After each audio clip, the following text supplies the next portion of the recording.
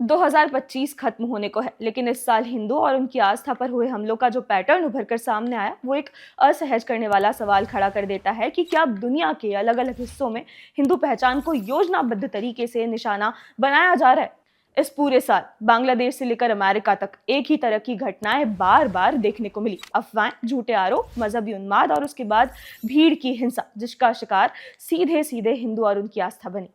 बांग्लादेश में दीपू चंद्र दास और अमृत मंडल को सिर्फ इसलिए बेरहमी से मार डाला गया क्योंकि वो हिंदू थे। अफवाहों और झूठे आरोपों के सहारे मजहबी भीड़ ने उन्हें घसीटा, पीटा और मौत के घाट उतार दिया। यूनूस की अंतरिम सरकार के दौर में हिंदू मंदिरों और धार्मिक स्थलों पर हमलों की संख्या लगातार बढ़ती चली गई, लेकिन ना तो शासन ने इस पर कोई सख्ती दिखाई और ना ही अंतर्राष्ट्रीय स्तर पर इस पर कोई ठोस प्रतिक्रिया सामने आई।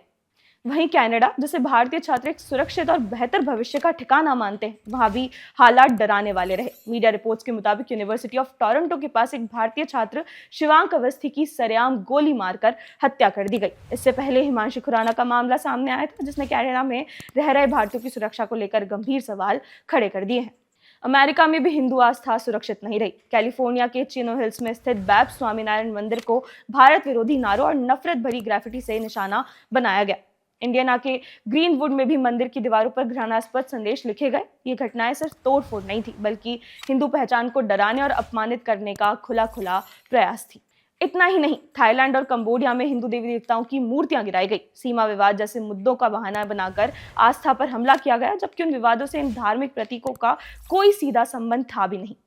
पाकिस्तान में तो हालात और भी ज्यादा भयावह हैं। वहां अल्पसंख्यक हिंदुओं पर जबरन धर्मांतरण और हिंसा की घटनाएं लगातार बढ़ती चली जा रही हैं। सिंध प्रांत में मंदिरों पर हमले, हिंदू लड़कियों को अगवा कर इस्लाम अपनाने का दबाव और इनकार करने पर हत्या, ये सब अपवाद नहीं बल्कि एक डरावनी दिनचर्या पाकिस्तान में बन चुके हैं।